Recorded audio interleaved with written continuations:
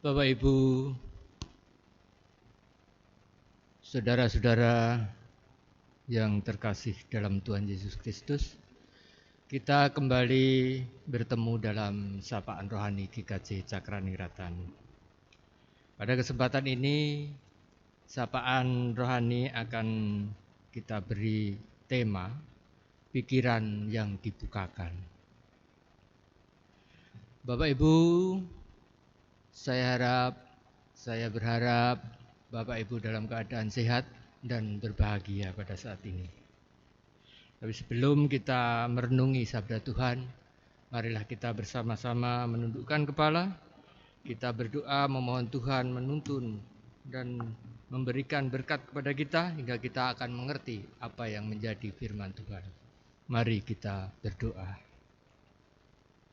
Bapa yang Maha Kasih, Allah kami yang Maha Suci, yang bertakhta di kerajaan surga yang mulia. Perkenankan Tuhan kami hampiri takhta-Mu yang Maha Kudus di saat ini. Kami boleh merasakan syukur kami kepada Tuhan. Kami haturkan sembah sujud kami karena begitu besar kasih karunia cinta kasih Tuhan yang telah Tuhan anugerahkan kepada kami. Hingga pada saat ini kami boleh berkesempatan untuk kembali merenungi sabda firman-Mu. Untuk itu Tuhan, bukalah hati pikiran kami, sucikan kami, hingga kami akan benar-benar mengerti apa yang menjadi kehendak-Mu di dalam firman yang akan kami renungi ini. Tuhan, kami serahkan renungan sapaan rohani ini dari awal pertengahan hingga akhir hanya di dalam tangan kuasa kasih-Mu. Kami mohon ampun Tuhan atas segala dosa dan kesalahan kami, hingga kami layak untuk merenungi sabda firman-Mu.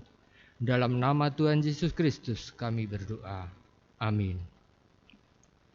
Bapak Ibu yang terkasih dalam Tuhan Yesus, kita akan merenungi dari kitab Ayub 20 ayatnya yang kedua dan ketiga. Ayub 20 ayat yang kedua dan ketiga yang demikian. Oleh sebab itulah pikiran-pikiranku mendorong aku menjawab, karena hatiku tidak sabar lagi. Ku dengar teguran yang menghina aku, tetapi yang menjawab aku ialah akal budi yang tidak berpengertian. Kita kembali garis bawahi di ayat yang kedua yang demikian. Pikiranku mendorong aku. Bapak Ibu Saudara yang terkasih dalam Tuhan Yesus, kita jadi orang Kristen seringkali pikiran kita belum dibuka. Apa maksudnya? Seringkali tiap kali kita mendengar firman Tuhan, seringkali kita membaca firman Tuhan, tapi kita tidak mengerti apa isi dari firman Tuhan yang kita baca, yang kita dengarkan. Hanya sekedar kita baca, hanya sekedar kita mendengarkan, habis itu lewat. Kalau pikiran kita tidak dibukakan, kita tidak mau membuka pikiran. Makanya ada statement demikian Bapak Ibu. Anda adalah apa yang Anda pikirkan. Anda adalah apa yang Anda pikirkan. Karena apa? Di dalam pikiran Anda akan muncul bahasa yang keluar, pembicaraan yang keluar yang datang dari pikiran Anda. Tingkah laku, tutur kata yang keluar itu adalah dari pikiran Anda. Maka untuk itu hati-hati Bapak Ibu Saudara yang terkasih. Pikiran kita kalau diisi terus dengan pikiran yang negatif, itu yang keluar adalah negatif. Tapi kalau pikiran kita adanya baik, maka yang keluar adalah baik. Pikiran kita dalam ketakutan, yang keluar adalah kekhawatiran. Bapak Ibu Saudara yang terkasih dalam Tuhan Yesus, ada suatu kesaksian yang demikian. Ada seorang ibu, ini seorang nenek yang datang ke seorang pendeta. Dia mengatakan problem kehidupannya. Pendeta, kami ini tidak bisa tidur tiap malam. Kami tidak bisa tenang. Kami resah. Kami khawatir, kami ketakutan. Lalu pendeta itu bertanya, kenapa ibu? Begini Pak Pendeta, cucu saya akan pergi meninggalkan saya, akan ke luar negeri untuk melanjutkan studinya. Nah, yang ada di dalam pikiran saya, nanti cucu saya naik pesawat, pesawatnya kecelakaan, cucu saya meninggal. Jadi di dalam hati, di dalam pikiran ibu ini adanya cuma cucunya akan mengalami kecelakaan lalu meninggal. Maka pendeta itu berkata, kenapa ibu menyusahkan diri dengan pikiran-pikiran yang negatif begitu?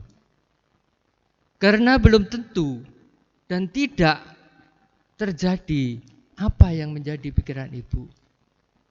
Ibu ini berkata, ini sepertinya firasat pendeta. Tidak, itu bukan firasat.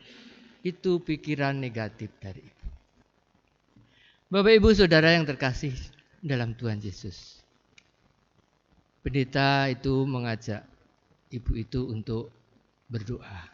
Lalu diajak berdoa dan ibu itu akhirnya bisa tenang dan beliau ini bisa tidur. Tadinya tidak bisa tidur berhari-hari. Lah, esok paginya cucunya berangkat ke Amerika dan sampai di sana selamat. Dan akhirnya beberapa hari ibu ini ketemu lagi dengan pendeta itu bertanya, bagaimana ibu cucunya? Iya Pak Pendeta, sudah di Amerika dan sekarang sudah melanjutkan studinya. Lalu apa yang dipikirkan ibu terjadi? Tidak. Jadi cucu ibu kan selamat sampai di sana, bisa melanjutkan studinya. Iya. Lah, di sini Bapak Ibu Saudara, pikiran-pikiran yang diisi dengan kekhawatiran, ketakutan, itu akan terbawa terus dalam kehidupan. Di situ membuat hidup kita akan menjadi resah, tidak tenang. Bapak Ibu Saudara, kita harus bisa memilah-milah mana yang harus kita pikirkan, yang baik atau yang buruk, yang negatif atau yang positif. Untuk itu Bapak Ibu Saudara yang terkasih, bahkan kita sebagai anak-anak Tuhan, kadang-kadang di dalam pikiran kita seringkali yang muncul hanya pikiran-pikiran yang negatif. Kadang kita yang muncul tidak pikiran yang baik. Padahal kalau pikiran yang negatif, nanti yang keluar tentu yang negatif. Kalau di dalam pikiran kita ada pikiran yang jahat, yang keluar adalah kejahatan. Untuk itu, Bapak Ibu Saudara, mari kita buka pikiran kita. Kita tertuju pada firman Tuhan. Mari kita lihat di dalam Lukas 24. Ayatnya yang ke-45 dan ke-46 yang demikian. Ini Tuhan Yesus yang berkata, lalu ia membuka pikiran mereka sehingga mereka mengerti kitab suci. Katanya kepada mereka, ada tertulis demikian, Mesias harus menderita dan bangkit dari antara orang mati pada hari yang ketiga. Kita baca lagi yang ke-45. Lalu ia membuka pikiran mereka. Tuhan Yesus membuka pikiran para murid. Sehingga mereka mengerti kitab suci. Bapak Ibu Saudara, para murid ini mengikuti Tuhan Yesus 3 tahun. Di dalam pelayanan Tuhan Yesus. Tiap hari mereka mendengar firman Tuhan. Tapi ketika Tuhan Yesus memperlihatkan diri sewaktu Tuhan Yesus sudah bangkit dari antara orang mati. Murid-murid ini mengira Tuhan adalah hantu. Kenapa demikian? Karena dalam pikiran mereka tidak sampai ke situ. Padahal Tuhan Yesus sudah mengatakan sebelumnya, ada tertulis demikian, Mesias harus menderita dan bangkit dari antara orang mati pada hari yang ketiga. Tapi murid-murid tidak berpikir sampai ke situ, sehingga melihat Tuhan Yesus dikiranya hantu. Bapak Ibu, saudara yang terkasih, kadang kita demikian. Kalau kita tidak dibukakan pikiran kita, kadang kita bisa melihat Tuhan Yesus sepertinya hantu. Untuk itu Bapak Ibu saudara yang terkasih dalam Tuhan Yesus,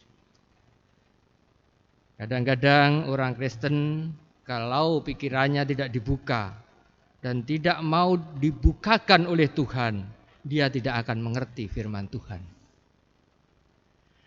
Kita lihat banyak orang Kristen yang sering mendengar firman, membaca firman, tapi tidak mengerti.